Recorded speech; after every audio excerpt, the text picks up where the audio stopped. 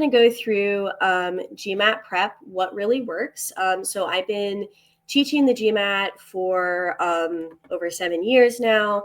I've worked with hundreds of clients. So I've really seen what works and what doesn't work. So this is basically about that. I will say this presentation assumes that you're familiar with the basic format of the GMAT. But again, if you have questions, please ask them. So we're going to basically go over some kind of strategy and creating a study plan and just kind of like general best practices and general things to avoid as you are prepping for this exam. Okay, so what we'll cover today. So a few different things. So we're going to start with my 3 rules of thumb. So these are kind of my just big, quick and dirty tips of how to make the most of your GMAT prep, what I've really seen work for my students. Then we're going to go into creating a study plan. So this is one possible way that you can structure your study time so that it is both effective and manageable. Then we're going to go into some question tactics. So just a few tips for each of the 3 sections. And then talk about top GMAT mistakes. So just things that I've seen students do over the years that typically doesn't work as well. And so, these are maybe things that you can avoid in your own prep. And then lastly, we will go to the Q&A. All right.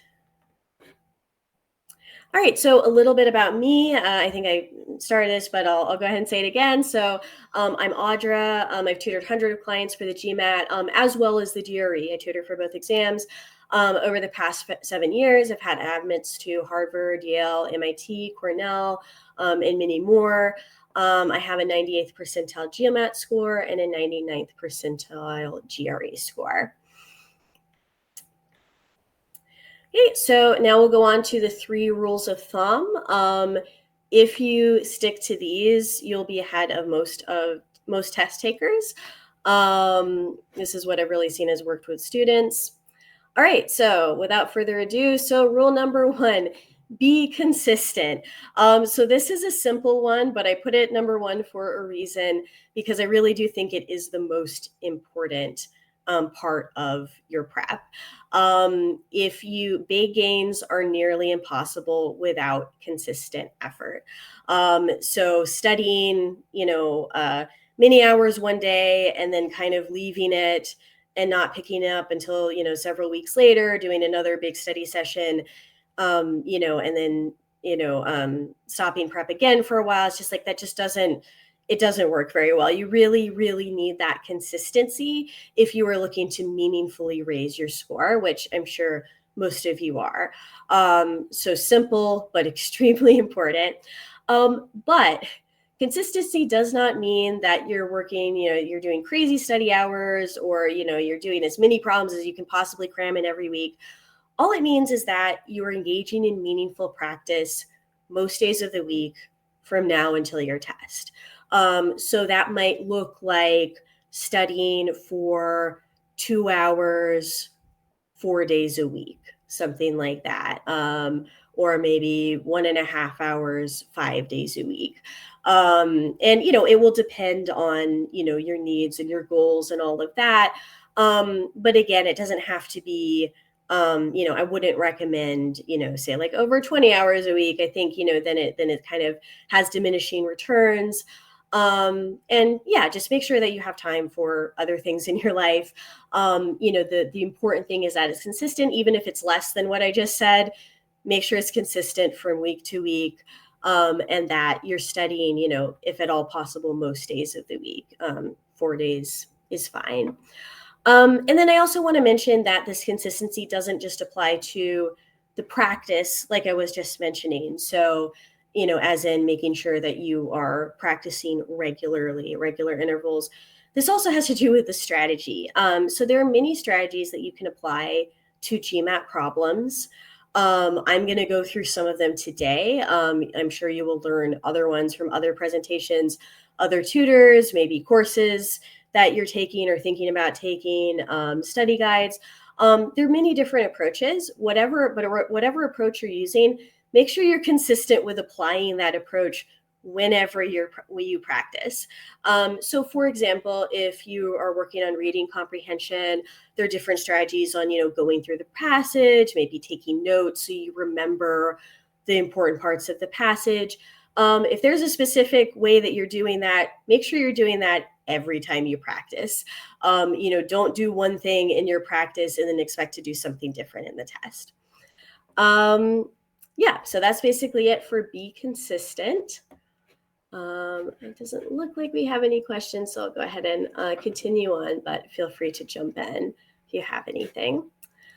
All right, rule number 2, aim for deep versus shallow understanding. So the reason this is important is that the GMAT isn't your run-of-the-mill math or reading test. It's designed to be an aptitude test.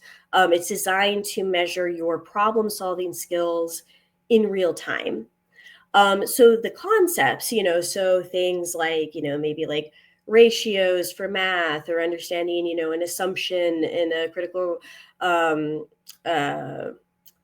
gosh, I can't think of critical, totally lost the thing. Can't think of the argument type questions, assumptions, something like that. If you don't, if those things, those are those concepts, they're important, but they're really just tools to solve the problem. They're not, just knowing those alone isn't really going to be enough. The real problem solving happens in the test. So that means you need to know the concepts inside and out. You really need to know how to use them inside a problem rather than just saying, okay, I've done a few ratio problems, now I can do a ratio problem. Because the next problem you see is probably going to use that ratio in a slightly different way, maybe combining it with a different concept. And so if you're just kind of relying on drilling a bunch of problems, you may find yourself unsure of what to do. So that's why deep understanding of the concepts is really important, that you're not just relying on, say, the format of a question, but that you really understand how to use it any way that it might appear, which comes to this last part. So know not only how to use a concept, but when to use it on a completely random problem. And I think actually this completely random problem part is something that is easily missed. That, when you're in your practice, you might be doing a bunch of problems in one section, and that's fine to start to just learn how to use this concept. But when you're actually in the test, you're just going to be given completely random problem and you have to figure out what to do with it. And so the point I want to make is that's the test. That's the test, is seeing the random problem and figuring out what tools to use to solve that problem. Okay, and I see a question here. Does this rule of thumb also apply to GRE? Still deciding which one I want to take. Yeah, great question. I would say, yeah, these definitely apply to both. I think GMAT is a little bit harder. And so I think these rules of thumb, particularly actually this one, rule 2, is probably even more important for the GMAT than the GRE, but it really is important for both. So yeah, I would say these definitely apply to both exams. All right. Okay, rule number 3. So actually learn from mistakes. So I know this is a common piece of knowledge, but I think it's something that is maybe still underappreciated when it comes to actually prepping. So missed problems are one of your best resources. Whenever you miss a question, and I would also say this applies to questions that you took a really long time on, or you got right, but if you're honest with yourself, you were guessing or you didn't fully understand it. This is where you have the best opportunity to improve. So what you want to do is you want to rework the question. So not just look at the answer explanation, but really start from the beginning. Start with a blank sheet of scratch paper and try to solve it from the beginning. Try to solve it in a few different ways. This probably applies more to the kind of quant or data sufficiency questions than the verbal questions. but definitely for the quant questions, try to solve it in different ways if you can. And then if you do need to look at the solution first, and I will say sometimes you do, and that's fine, still go back, solve it from scratch. Try not to rely on your memory, but really think, okay, what are the important factors in this question? What do I need to know? What do I need to pull out so that I can solve it? And then go through all of those steps. If it's a verbal, so if you're looking at, like, say, a reading comprehension question, make sure you go back to the text. And if you say selected the wrong answer the last time, make sure you look and see, okay, how could I have known from the text that this answer was wrong? What in the text shows that this answer was wrong? What in the text shows that the correct answer is right? And make sure you're really going through that process rather than just saying, oh, I know the answer is B now. Okay, obviously that's right. Okay, moving on. So this is super important that you're spending that time really focusing on what went wrong and then how to actually solve it the right way. And I'll say too, sometimes this means going over the same problem several times. That's fine. That is not wasted time. This really is quality over quantity. The deeper you're getting into that practice, the better your results are going to be, as opposed to just going through a bunch of questions. So this actually kind of goes back to rule two, aiming for deep understanding. If you can understand 10 problems really deeply, like you could explain it to anyone, that's going to be much better than going through 50 problems on a surface level. All right. Looks like I don't see any questions, so I'll go ahead and move on. But if you think of something later, please speak up. All right, so we're going to go to our next section. So start creating a study plan. So again, kind of like as I was just saying, focus on quality over quantity, and also difficulty level over content type.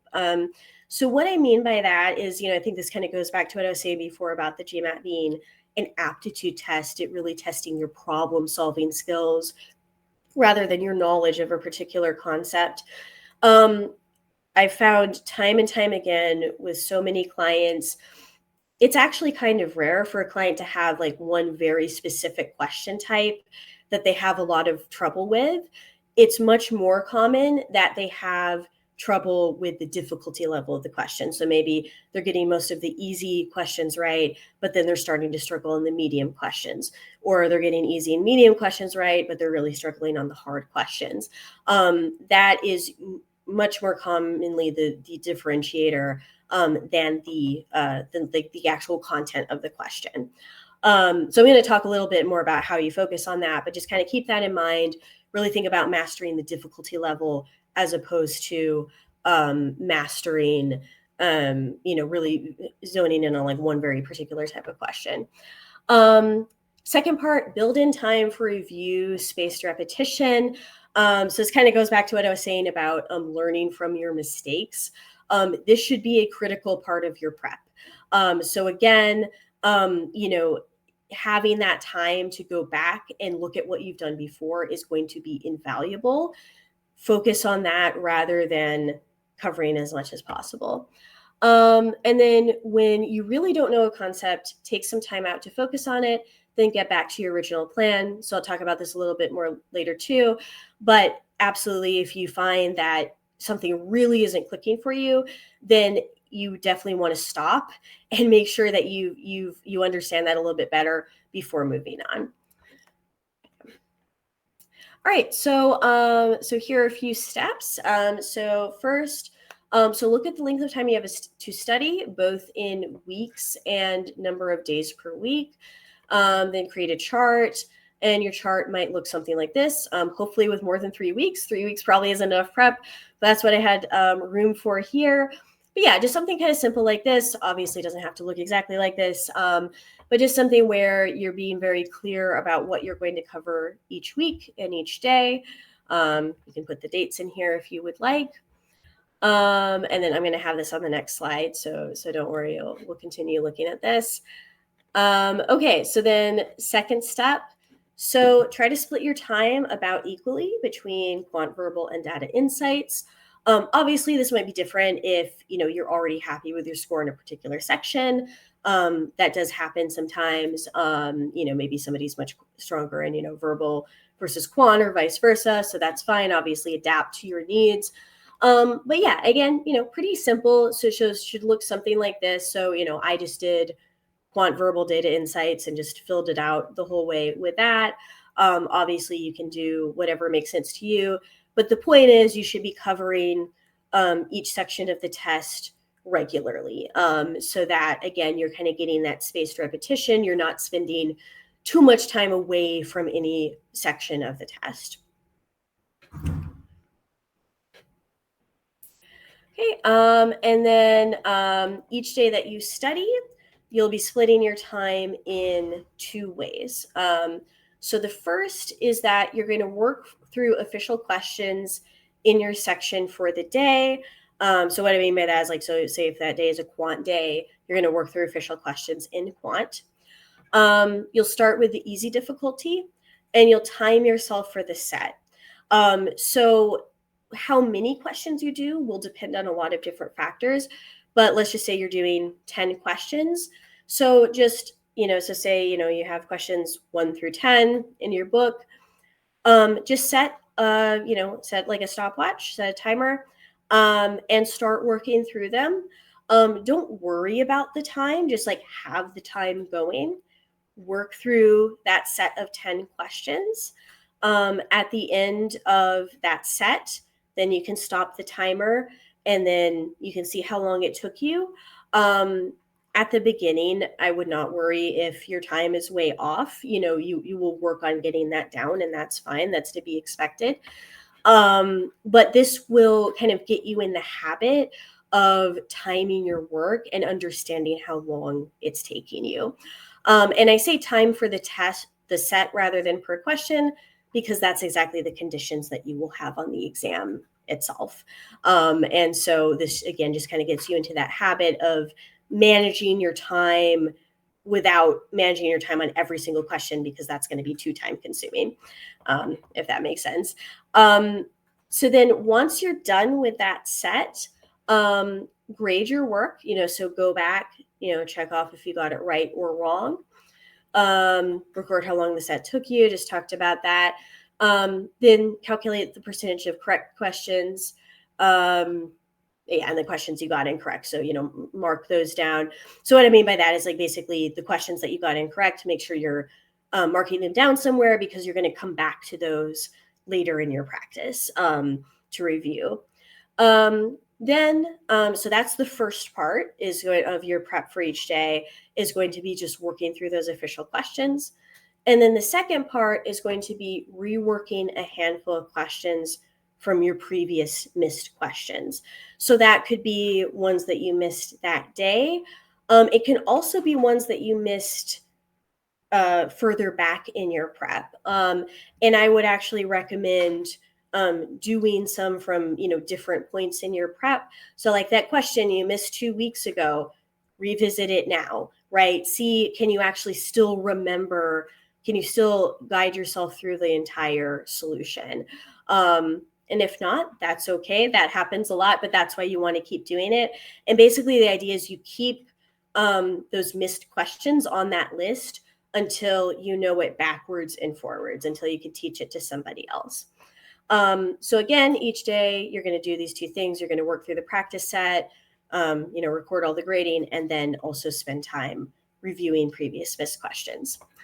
And then step 4, when you are getting roughly 80% of the questions right on the first try in a reasonable time frame, so this would be about 2 minutes per question on average, then move on to the next difficulty level. So that means, you may be in the quote unquote easy difficulty level for a while before you're ready to move on to the medium difficulty level. So again, I think this is really important because the GMAT is going to give you questions based on your skill level. So you want to make sure that you're mastering whatever skill level you're at right now. You want to master that. before you go on to the more difficult questions. And then that way, that means that your prep is most effective for the questions that you're likely to get when you actually take the exam. All right. And then now, so one very important kind of caveat here. What if I don't know how to solve the questions? So this can definitely happen. Maybe you're working through the official questions and you're like, I'm lost. I don't really know what to do. So this is normal. So if you feel lost, then you may need to take some time learning the basics. So again, I say that's normal, but I would encourage you to try the questions first. So rather than jumping into other practice, just try the questions, see how far you get. Many students I've had have been surprised at how much they do know. So do try that first. But if you're trying it and you say, I really don't know what's going on, that's fine. That's really good for you to recognize. So then what I'd recommend is just make a list of the concepts or terms you don't understand. So again, like exponents, maybe for reading, primary purpose, assumptions, things like that. And then spend some time each day working through explanatory content. This could be like primers from the official textbooks. It could be content focused guides, say from like test prep companies, videos on YouTube, things like that. There's a lot of great resources out there. But one thing that's very important, once you've grasped the basics a little bit more, make sure you're going back to the official questions the next time you practice. So really think of these kind of extra resources as, kind of like a sidebar to your study prep. Absolutely use them if you need to, if you're not understanding. This is also a place where, working with a tutor can be very helpful, if you're really just kind of lost and not sure what to do. But just make sure then you're kind of going back to the official questions, because that's going to be best for your prep. All right. And then now we're going to go ahead to, so choose just some kind of question tactics for each section. So leave you with a little bit of strategy for each section. And there are probably more of these. We can talk more in the Q&A. So for Quant, write down and categorize key information as you read it. So when you're reading a Quant question, your task is to kind of translate the English into math. And so when you see quantities, write them down, and then, and I think my second tip here, if you can tell that there's a formula that's going to be used here, if you're like, oh, this is a work rate question, write down the work rate formula right away, and then work on filling that out, because that'll often become the template for your solution. So I think definitely for Quant, taking some time to focus on kind of like your note-taking skills, just making sure that you're able to kind of extract that important information will really help you down the road. Verbal, always read to understand the main idea of the passage. So both for reading comprehension and critical reasoning. Make sure, so this again kind of seems kind of simple, but I do see a lot of students miss this. Make sure you're really thinking, okay, what is the author trying to convey with this passage? What do they want me to walk away knowing or believing? Particularly for critical reasoning, it's always going to be persuasive, right? So if you can kind of put your finger on that, it's going to make answering the question so much easier. So I see a lot of kind of rushing, to the question. If you just understand the passage, the rest will be smooth sailing. For critical reasoning, look for the assumptions of the author. What does the argument depend on that isn't explicitly stated? So this, I think, is super important, almost regardless of the question type for critical reasoning, whether it's strengthen or weaken or resolve the paradox, whatever it is. If you can find that assumption and really single out what the author is not saying, you will be far ahead in identifying, say, what's missing from the argument or what would make the argument stronger. So that's, I think, a super good skill. And then data insights. So for the charts, tables, graphs type questions, you'll be given a lot of irrelevant information. So pay special attention to what you need to answer the question. And I think it's especially true if you feel kind of overwhelmed by those questions. Again, and actually I think this is something that kind of goes across the sections, slowing down. I know it's hard, you may be nervous when you're in the test, but really slowing down to give yourself that time to understand, what am I looking for? That will make the rest of it a lot easier. And it's the case here too. But yeah, especially for these kind of multi-source reasoning questions, things like that, very important because that'll help you kind of sift through all this information. And then lastly, for data sufficiency, think about the quickest way to disprove a statement. And then, so just think about how you can, say if you can test a simple number like 0 or something like that, and that will disprove the statement, then you can quickly move on to the next one. And then if you need to test a different example, make sure it has different properties. So for example, if you tested a positive number your first time, test a negative. If you tested an integer, test a fraction your next time, things like that. So really focus on getting those different example numbers to test in. All right. And then I see we have a question. So do you recommend always reading the whole passage for verbal questions? Some passages are longer than others. Great question. So this is definitely something that different people will have different thoughts on. I personally recommend reading the entire passage. I find that students tend to make a lot of mistakes when they try to scan the passage or rush through the passage. Maybe they think that the author is making the point that's opposite to the point they're actually making.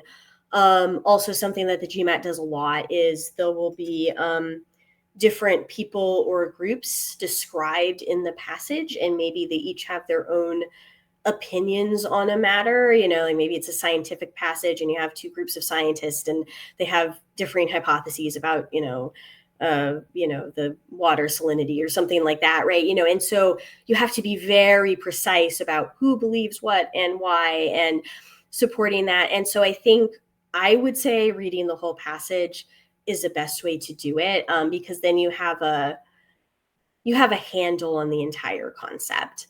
Rather than maybe specifically what this question about, but if there's something that's added or something a little different, then you risk falling off track. So that's what I would recommend, but there definitely are different schools of thought on that. Okay, I see another question. I think we're almost to the end, so I'm going to go ahead and I'll take that at the end, but I will definitely get to it. All right, and then I think this is the last thing here. So just quickly, a few of the top GMAT mistakes that I see students make that I think I haven't mentioned already. So first one is spending a lot of time on difficult questions. So I think this is in some ways an admirable instinct. I see a lot of clients, they really want to get it right. They're like, oh, I know this, but then they end up spending, 5-6 minutes on a single question.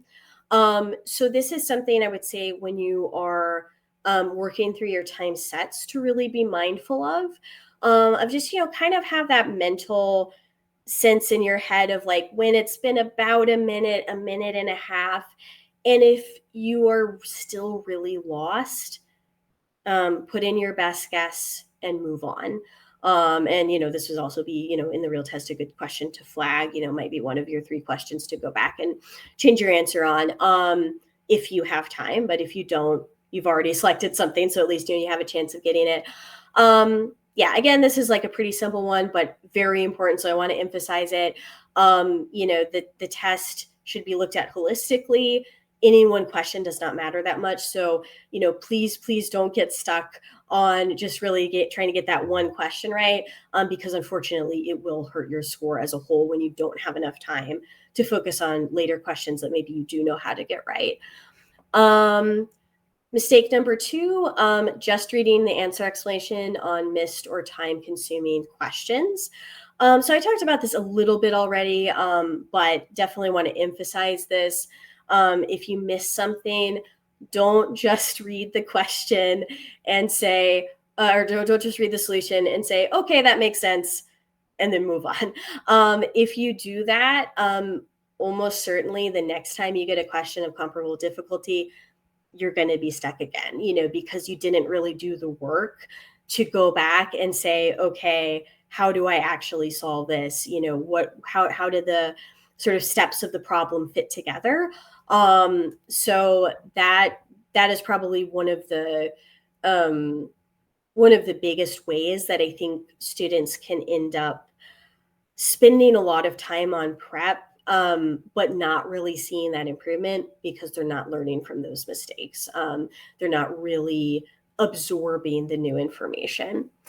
And then mistake number 3, choosing an answer because it feels right. So I think this applies more to the verbal section than Quant or data insights. This is very important. GMAT has a lot of trick answers. GMAT will have, particularly for critical reasoning, there will be answer choices that sound very reasonable. But the test really isn't about what sounds reasonable. The test is about the logic in the passage. So make sure that you are following that and not just going on instinct on questions. There should be one and only one correct answer. The other answer should be clearly incorrect based on something in the passage. So even if it doesn't make sense at first, please take the time to really understand, okay, what was it in the passage that could have led me to the right answer? What was in the passage that could show that this answer is incorrect, and so forth. Now, one caveat I'll make to this: if you are like, you really don't know, or you're just like out of time, and you have to like pick a few answers very quickly at the end, then by all means go with your instinct. But just like as a practice, don't go with your instinct. Make sure you're proving you're actually proving it as part of the question. All right, great. So I think we're going to our Q&A. Yep. So I see some questions here. So I'm going to try to just go through them in order. It looks like we've got some time. All right. So can you go over the scheduling, timing, and organizing questions? Should we study easy questions to gain confidence, or just start with hard questions and build competency? Okay. So I think I'll answer your second question first. So I would recommend to most students to start with the easy questions and try to get up to that 80% proficiency. And actually, yeah, because I think actually, maybe another mistake that I could have put on here is trying to go for the really hard questions first. Because again, think about, GMAT's an adaptive test. You're going to get questions at whatever your skill level is. So you really want to focus on mastering your skill level and kind of increasing that naturally than just going for the really hard questions that, you may never see, right?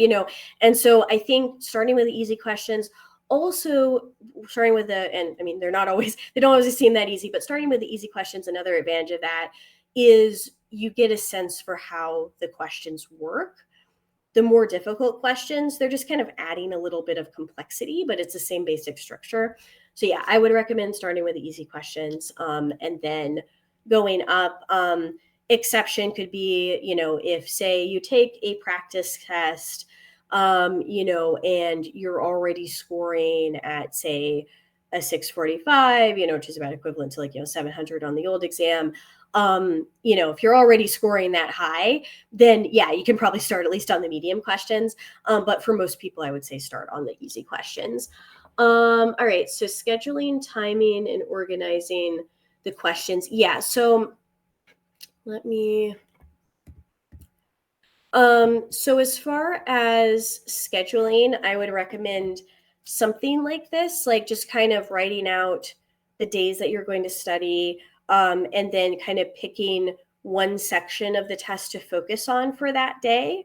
If you have a lot of time to study in a day, maybe you focus on 2 sections, that's fine.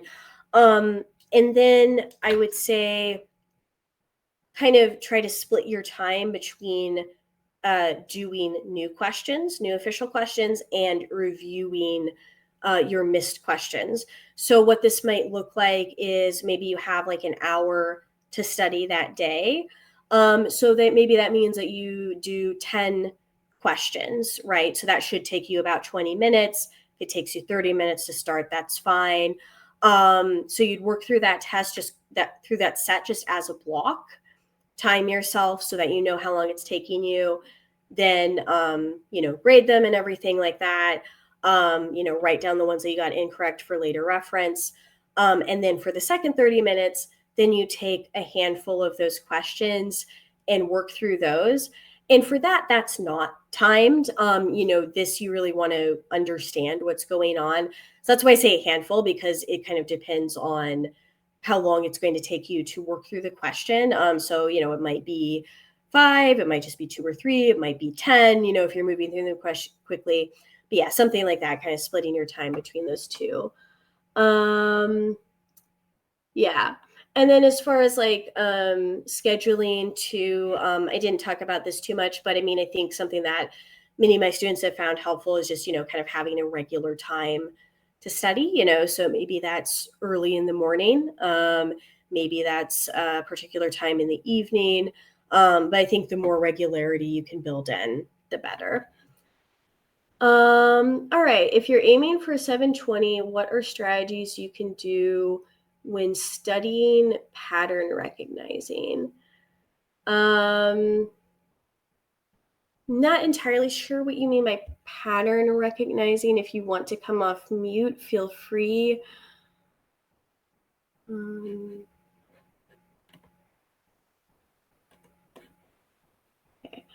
I mean, I'll say just kind of in general, I think that the strategies are roughly the same, whether you're aiming for a really high score or you're just aiming for a pretty decent score. Really same basic ingredients, right? Working through official questions, reviewing your mistakes. One thing I will say is that when you get towards those like much higher difficulty levels, um, the questions become less formulaic. So this kind of goes back to my rule number 2: aim for deep versus shallow understanding. If you're working on maybe the easy questions, they might be a little more formulaic, right? You might be able to kind of be like, oh, I saw one kind of like this, and you sort of follow the same steps and it'll work out. When you get to the really high level questions, it's not going to be like that as much. The test takers or test makers work really hard to create questions that combine concepts in really unusual ways. So there, I would say, just like if you aren't seeing, say like, you didn't kind of see the connection the first time, then it might just mean, kind of going over that problem kind of with the spaced interval, I think is really important, maybe become even more important than like, do that problem week 1, wait another week, do it again, and really try to do it from the beginning, so that you can build up that sense of how the different parts of the problem go together. Okay, any recommended online tools for scheduling, tracking missed questions, timing each question? I don't have any specific online tools that I would recommend. Like most of my students just use like a spreadsheet for that. But I know that there are some resources out there. So I can look into that more. And yeah, definitely if you'd like to, book an intro call. And really for any of you, if you'd like to book an intro call, you can definitely feel free to like tell me ahead of time what you'd like to talk about, and I can look into those resources for you, because yeah, I'm sure there are some ready-made tools there that are maybe a little more user-friendly than a spreadsheet. Although I say most of my students have found the spreadsheet works pretty well. Let's see, can you recommend good study resources online? Yeah, so I mean, I think like Magush's materials are pretty good. If you're looking for materials beyond the official content I think is really best, is kind of the gold standard. But yeah, I'd say that's I'd say like a very good resource. Oh yeah, GMAT Ninja is great. It's not so much like problems, but if you want to get more into kind of like strategy, and like how to take the test, very, very good resource. I'll also say, I don't know if this is so much an online resource, although I'm sure they have online products. Manhattan Prep is very good, especially if like, say you need targeted prep, if there's like particular like math concepts, that you need to review. Manhattan Prep's very good for that. Where can I find questions divided by difficulty? Yeah, very good question. I should have mentioned that. So basically in your official guide, they are now listed by difficulty. So I think it's like easy, medium, and hard. So there should be like little bolded headers in the question banks for each section. So you can basically just start at the easy section. And then if you graduate to medium, you can start at the medium section.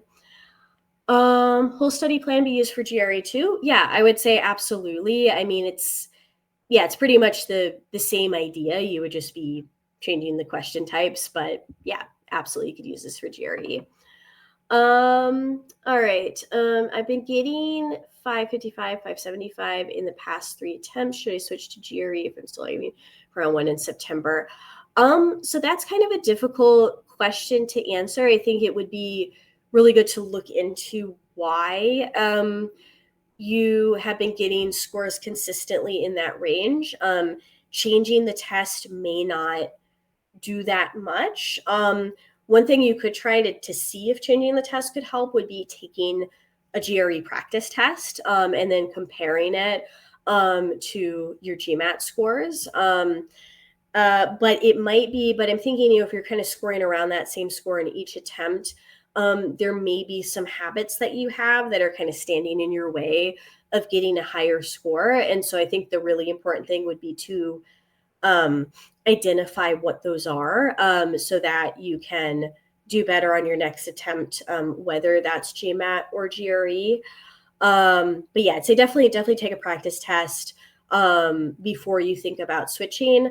And this is definitely something too, if you want to book an intro call, I'm happy to go into more detail, kind of looking at your specific situation and, maybe can give more detailed recommendation.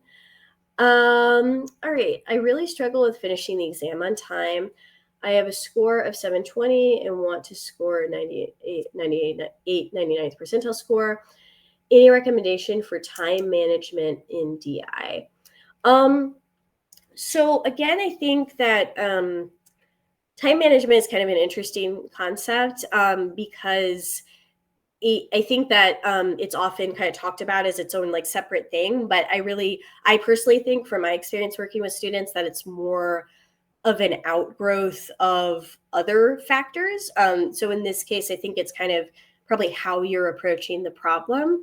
If you're struggling with time, that might mean something like you're not able to, maybe you're taking a little bit too much time to get the relevant information, or perhaps you're spending time trying out things that aren't working very well. So for example, for like, like 2-part analysis or something, like maybe if you're testing a bunch of scenarios, when maybe if you use a different approach, you would kind of see the right scenario, the right numbers to test right away, something like that. So again, I would say like I would it looks like, you're already scoring pretty high. So for you, I would really go like fine-grained by problem. So maybe like do like a single test problem, time yourself on that problem. And then when you identify problems that you're taking too much time on, then I'd really go back and say like, okay, what did I do? Right? What was the first thing I noticed? What was the first thing I tried? What do my notes look like? And see if you can identify places where maybe you were taking a little bit of extra time, or, oh, maybe I could have noticed that a bit sooner. And then kind of try to apply those lessons then the next time you do it. But yeah, definitely at that level, it's going to be tough. You're at a very high level already. And so every question is going to be different. So I think for you, yeah, that like very fine grade approach is going to be important. Do you recommend we have separate calendars for deep study and shallow study time? Okay, so I think what you mean by deep study and shallow study time is like shallow study being like, kind of just understanding the basics of the concepts, and then deep study being like reviewing mistakes. I think. So yeah, please feel free to jump in and correct me if I'm wrong. Yeah, so I think for that, if you find that helpful, that's fine. I would say, how do I put this? Yeah, so I would say, like, again, like I think the kind of basic study of concept, maybe like, you're watching like YouTube videos, explaining this or something like that. Ideally, that would be kind of separate from your main study time. Obviously, that may not always be possible. So I would say, like, I don't know. I mean, maybe rather than having two separate calendars, you might just want to say, like, just kind of add something to your existing calendar, like, okay, I'm going to do fraction review today or something like that, just to keep it all in one place. But again, it's up to you, whatever you find easiest. I don't think there's really any like magic formula here. This is just like one way of keeping track of your study time. All right, you mentioned studying too much can have diminishing returns. Studying too little for too long as well. It can be hard to retain material learned in the past. What do you recommend to people who work long hours but still need to see a jump in their score? Yeah, no, I definitely feel that, understand that.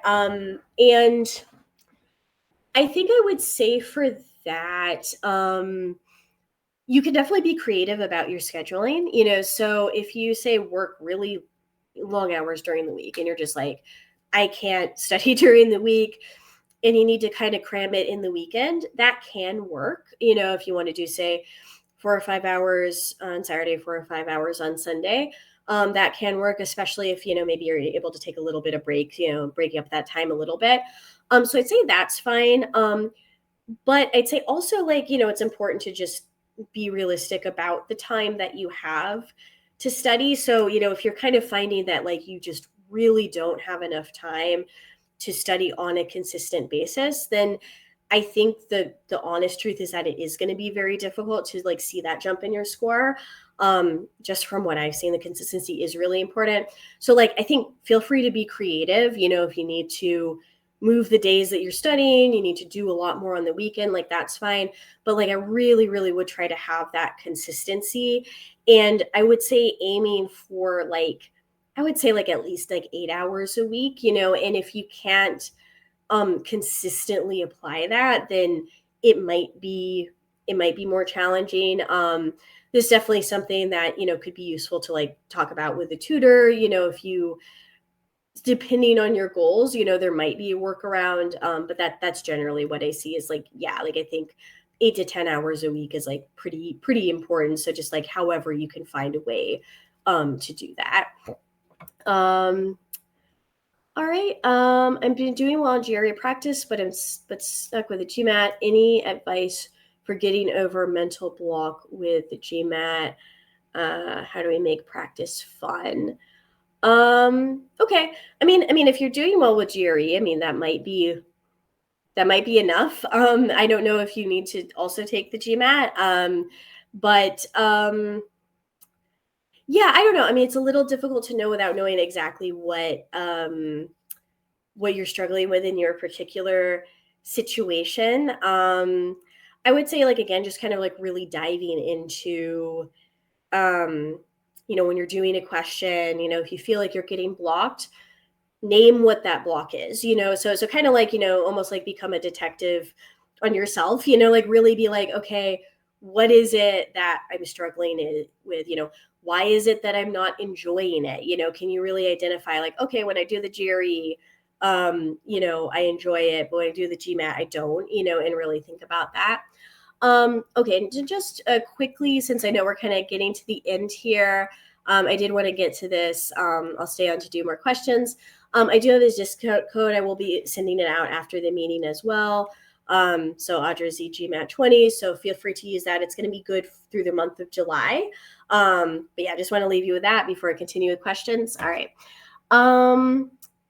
Yeah, let's see. Okay. Okay. How would you build okay. Yeah, and then how to make practice fun. Yeah, I don't know. That's a tricky one. I have to think about that a little bit more. I think it's, maybe finding one possibility is like, there are many like GMAT like self-guided courses out there. So they can be a little more fun, a little more gamified. So, that's an option. I'd say another thing to just make it fun is to, try to, be very deliberate about when you're doing your practice and like have a clear start and end time. And I think, maybe it doesn't exactly make it fun, but I think it does make it more manageable and, so it doesn't feel like this weight on you all the time. It's like, when you're doing it, when you're not doing it. And so I think that can be very helpful in terms of motivation. How do you build in learning strategies into a study plan?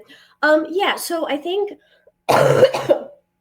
if you'd like to make that a regular part of your study plan, which I don't think is necessary, but if you're finding that helpful, I would just add a little bit of time on the end, so I would say kind of like your main practice should really be split between the official questions and reviewing mistakes.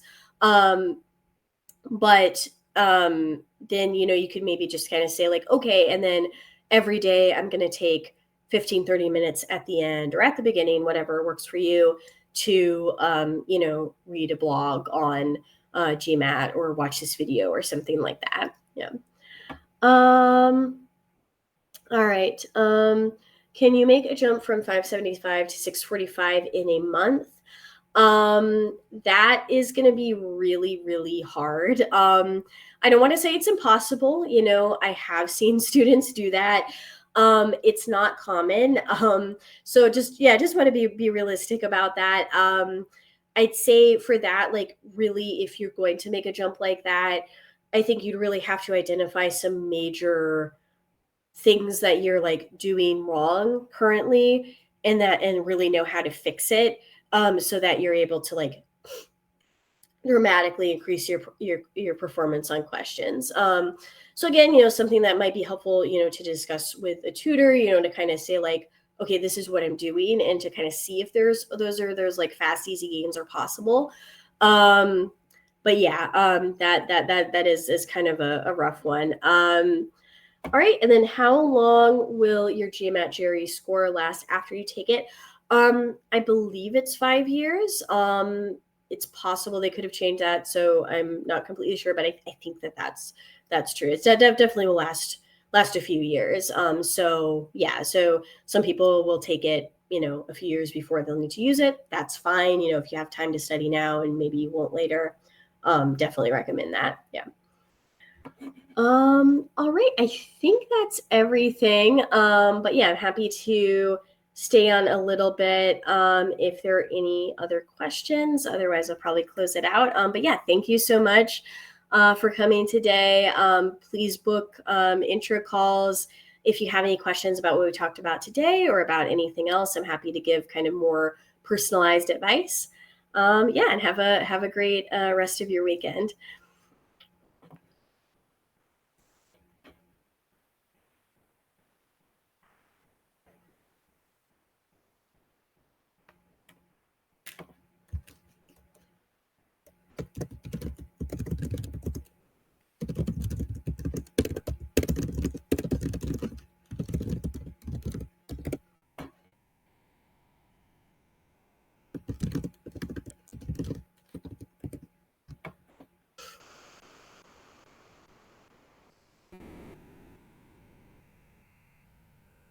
Sorry, my last question is how long Yeah. do you work with someone? Sorry, can you ask that one more time? Sorry, did you say how long would you work with someone? Oh yeah, how long? Yeah, yeah, definitely. It depends. So again, the answer is it depends. I'd say 3 months is probably the most common time frame. I think that's long enough to get in depth into the material, but short enough that you can maintain motivation. But for some students, like if they're just kind of looking for a small boost or like quick prep before they take the test, it might only be 1 or 2 months. For students looking for like a very big score increase, it might be up to 6 months. Yeah, yeah, I have worked with students with learning disabilities, with accommodations. I mean, I will say I'm not like specifically trained in anything like that, but I've definitely worked with that and can absolutely work with, your specific situation. Yeah, happy to do that.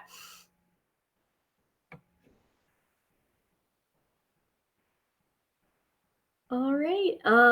Okay, it looks like we're about yeah, thank you, Mary. Really appreciate all the questions. Yeah, feel free to follow up. And yeah, I'm really looking forward to and I hope that all of you are able to meet your goals. I hope that this helped. And yeah, have a great weekend. Bye everyone.